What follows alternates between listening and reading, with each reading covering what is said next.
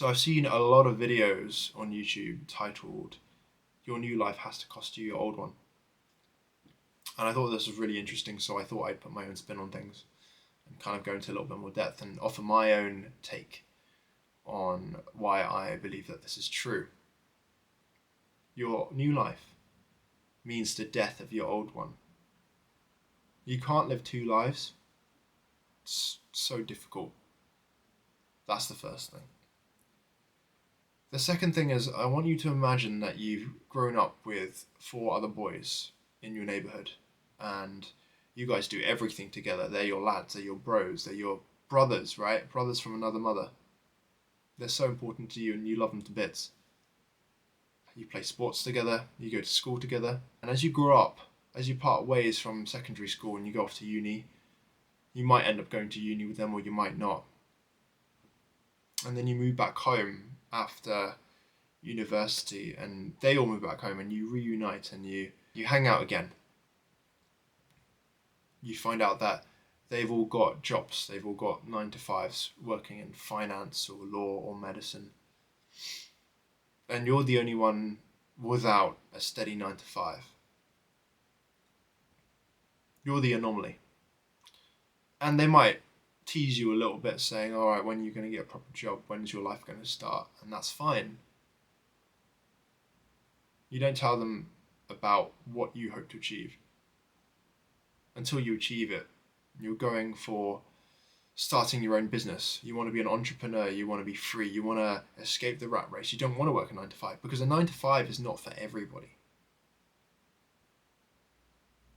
So you start going to the pub less with them. You don't spend your Friday evenings, Saturday evenings, Sunday evenings and afternoons. You don't spend it in the pub anymore with them drinking and wasting away your weekend. You spend your free time training, working out in the gym to build mental fortitude. Because when you train, not many people actually enjoy training. I know I don't enjoy training. I know Andrew Tate doesn't enjoy training. I know a lot of self-improvement YouTubers don't actually enjoy training, but they do it because it builds mental fortitude and it's hard. And when things are hard, a lot of people pussy out. They don't want to do it. So you do that. And then in the evenings when you finish your long shift working at the bar or the pub or the supermarket, you come home and you hustle and you work on your business, the thing that you want to achieve, and at least the long nights and early mornings.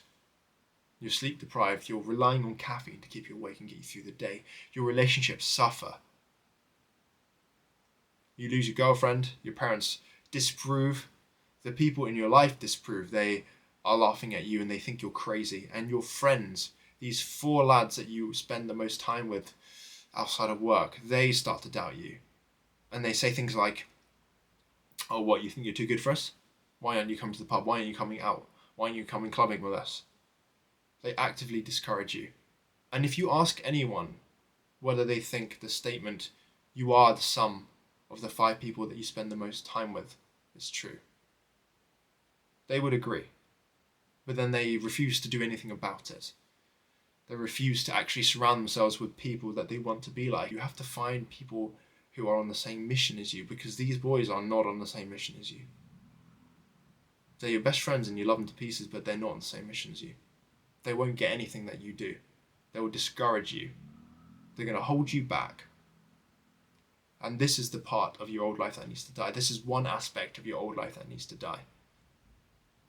This is just one example. And it's going to hurt. Slowly hanging out with them less, slowly being ostracized from the people that you grew up with, that you care about so deeply. But ultimately, your life will only change when you're in pain, when you're dissatisfied, when you have a reason to change. If you want your new life to start, your old one has to die. If you want your life to change, know that it's going to be painful. And this pain, this dissatisfaction is going to be the thing that motivates you, that gives you the drive to change. Because if you're comfortable, you're not going anywhere. I'll catch you guys in the next one.